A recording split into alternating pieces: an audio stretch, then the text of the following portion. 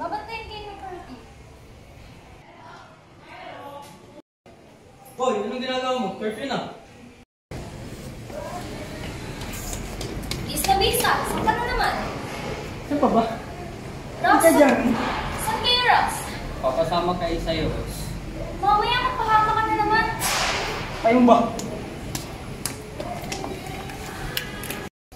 Bastos pa naman yung kuya mo. Ma, pinabalik po ako ng magka-carpio. Oh, nakabili ka. Hindi po. Oh, ayan ang ulamin niyo. Ako na mag-itlog na lang kayo doon.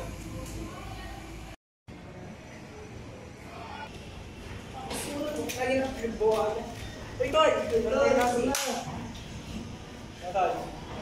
Tara na siya. Oo.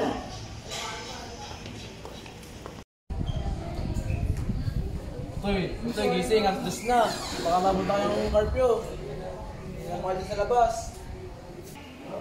Toy. Dos na.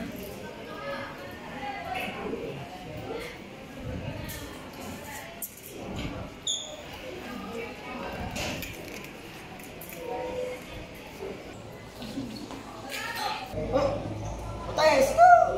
Iya mo. O, tapang nito. O, pakita sa akin.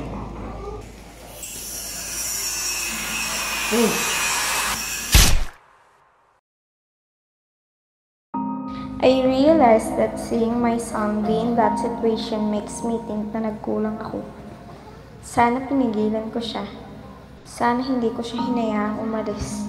I shouldn't let him go with his friends. I feel like I failed as his mother kasi wala akong nagawa. Inisip ko lang na may curfew naman, hindi mapapabayaan ng anak ko. But look at him, suffering.